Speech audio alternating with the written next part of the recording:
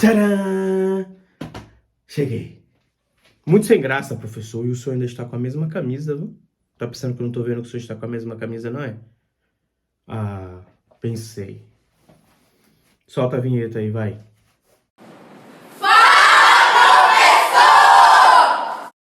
E aí, galera, estou aqui mais um Fala Professor, fazer uma revisão aqui para a galera que está no sexto ano, para a galera que está no primeiro ano do ensino médio, sobre os fenícios e os persas, dois outros povos interessantíssimos aí que a gente viu na antiguidade, certo? Características bem marcantes de um grupo e do outro também. Vamos falar logo dos fenícios. Os fenícios, galera, eles estão ali na região bem fininha, perto do Líbano, aliás, onde hoje é o atual Líbano, e de frente para o mar Mediterrâneo. A localização geográfica dos fenícios é muito importante, por quê? Porque isso vai trazer as características básicas desse povo. Os fenícios eles estão de frente para o mar Mediterrâneo, e atrás deles tem um conjunto de montanha que é a chamada Cordilheira do Líbano. Então, é muita montanha, e você sabe que não dá para viver em cima de montanha. Então, a Fenícia vai ser uma estreita faixa de terra, que não dá para plantar direito. E um povo precisa plantar para poder sobreviver. O que é que vai acontecer então com esse povo, professor? Eles vão plantar um pouquinho, mas eles vão se especializar no mar e vão se especializar no comércio. Por isso que é um governo chamado de talassocracia. Por quê? Porque ele está governando e imperando no mar. Esses camaradas, os fenícios, eles vão ser muito habilidosos no mar. Daí, a primeira grande característica deles. Eram habilidosos no mar, vão ter um excelente comércio marítimo e vão produzir, até onde se sabe, o barco à vela. O barco já existia, mas o primeiro povo a surgir com um barco à vela e remo vai ser o fenício. Não é à toa que por quase 800 anos eles vão dominar o mar Mediterrâneo e eram os mais habilidosos, porque eles tinham um barco rápido, eficiente e leve. Por quê? Porque nessa região das montanhas aí da Fenícia tinha o cedro, que é um tipo de madeira leve perfeita para você fazer um barco. Depois os romanos vão pegar e adaptar a técnica dos fenícios, os gregos e por aí vai. Mas os fenícios vão ser vamos dizer assim, exímios navegantes e eles vão se destacar justamente nisso. Isso vai fazer com que eles aumentem o comércio deles, esse comércio marítimo, e eles construam colônias, conquistem colônias em todo o mar Mediterrâneo, que pega o norte da África e parte ali da Europa. E aí o que acontece? Essas colônias vai servir justamente para eles comercializarem e para eles usarem também como polo de plantação, de agricultura e pecuária. Então, eles vão dominar aí essa região, inclusive a cidade de Cartago, no norte da África, que é uma referência ali para o comércio marítimo nessa área. Então, essa é a grande característica, a primeira característica aí dos fenícios que a gente tem que ficar muito atento.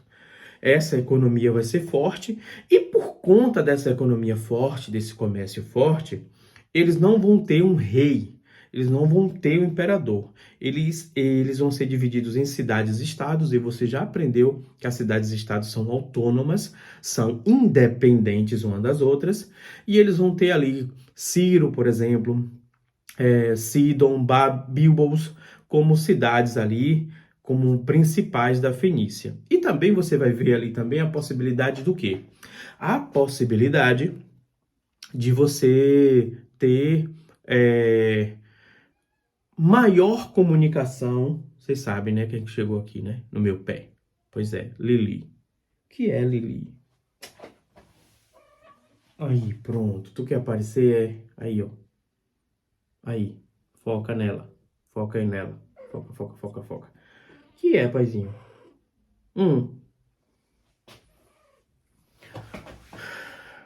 Sempre, né? Sempre.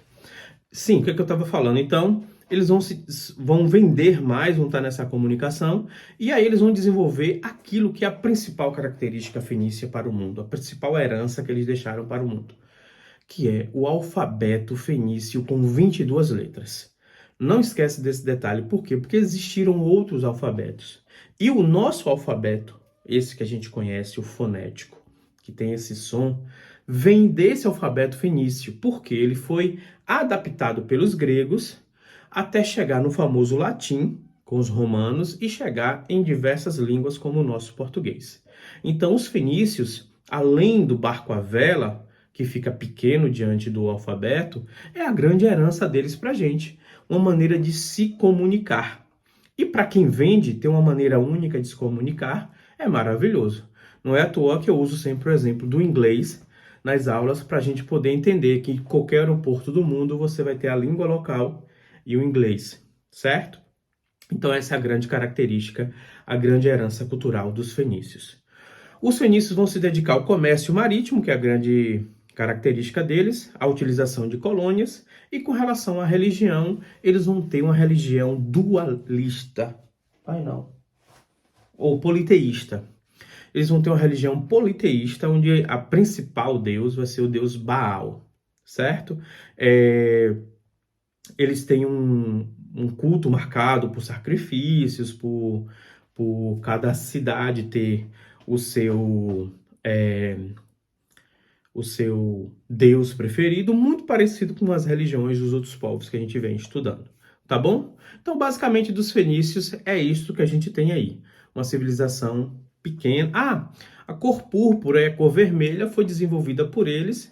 Eles utilizavam alguns molúsculos para produzir essa pigmentação, e o vermelho, o lilás, o roxo eram cores raras e por isso eram caras. Então, a galera fazia justamente isso, certo? Era mais um produto que eles usavam para poder comercializar. A gente não pode esquecer também dos persas. Entrando aqui nos persas. Os persas vai ser um império diferente do que os fenícios foram. O Império Persa vai ser um dos grandes impérios até chegar o Império Macedônico com Alexandre I e com Alexandre o Grande, desculpa, e depois o Império Romano, que vai ser o maior império do mundo antigo. O Império Persa, ele vai estar presente na Europa, um pedacinho da África e na Ásia. Aquela região toda aí da Fenícia, da Mesopotâmia, até chegar na Índia, vai ser o Império Persa.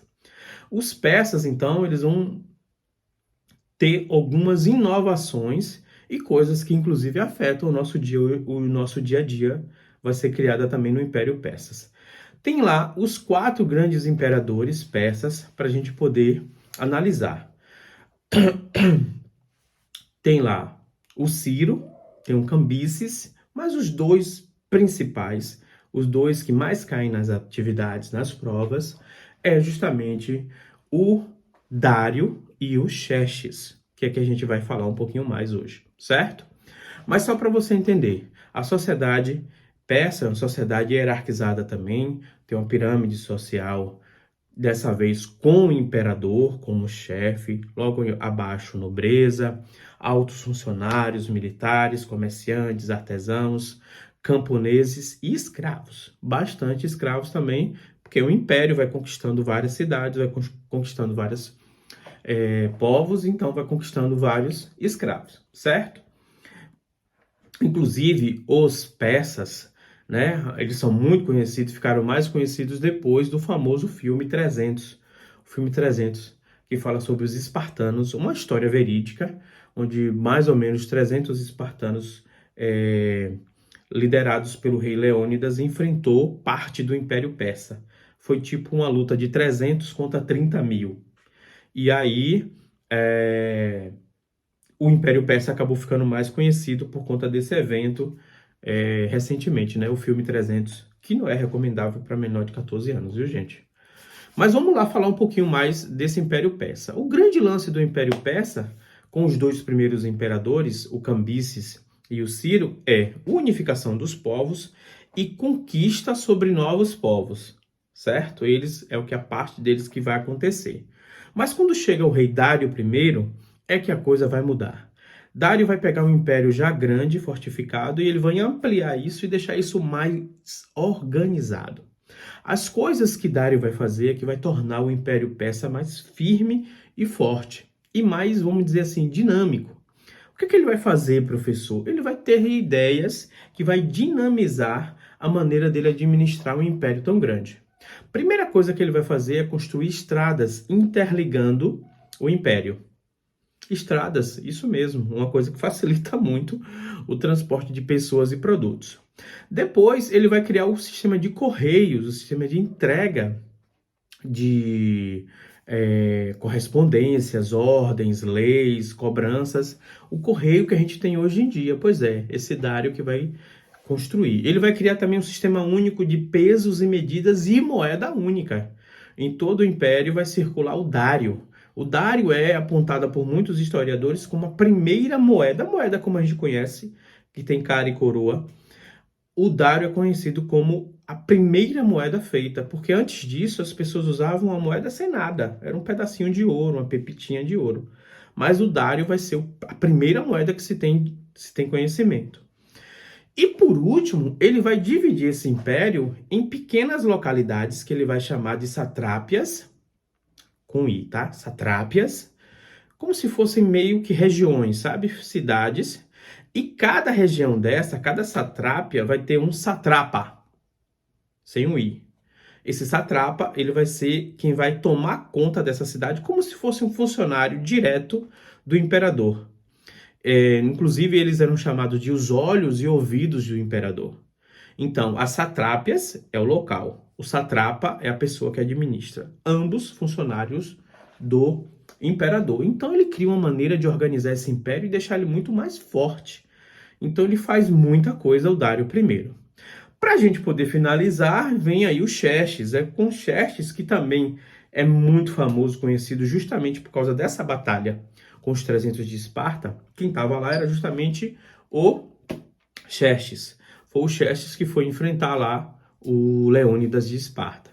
Xerxes, ele tinha toda uma mitologia sobre ele queria ser endeusado, então ele mandava falar que ele tinha 5 metros de altura, que ele não sangrava, que ele era um deus vivo, que ele era o homem mais forte que existia.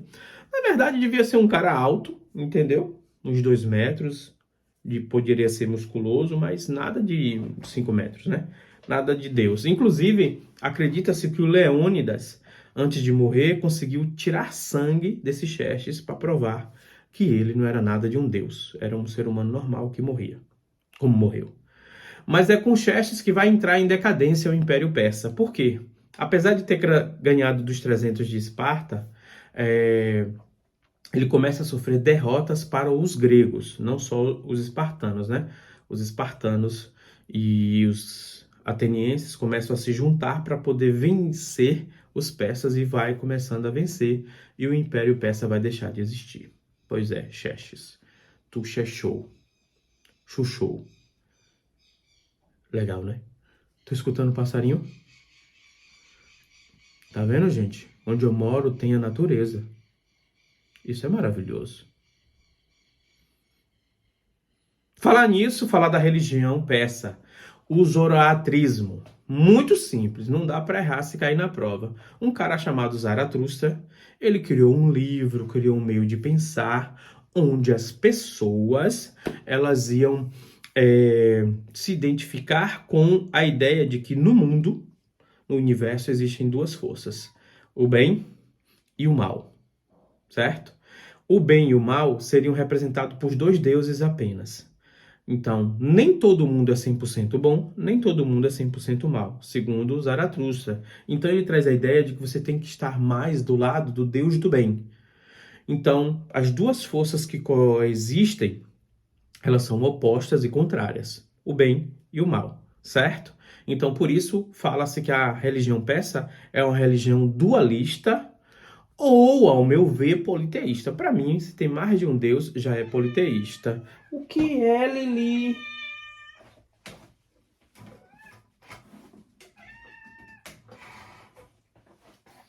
Ela se prendeu na cadeira. Vocês entendem isso? Entendem?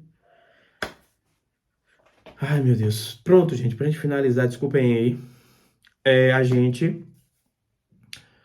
Duas forças contrárias, o bem e o mal, certo? E essas duas forças é que fazem com que aconteça a regência do universo.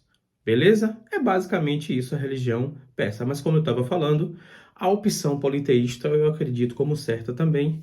Mas se acontecer a opção dualista, dualista quer dizer dois, ó, não é trialista, não é quadrialista, é dualista, é dois, o bem e o mal.